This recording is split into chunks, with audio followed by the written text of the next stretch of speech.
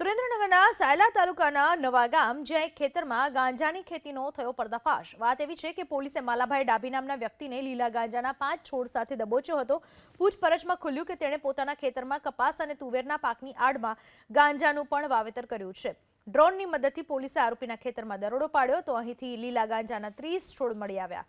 પોલીસે કુલ 3,63,000નો મુદ્દામાલ કબજે કરી આરોપીઓની ધરપકડ કરી છે।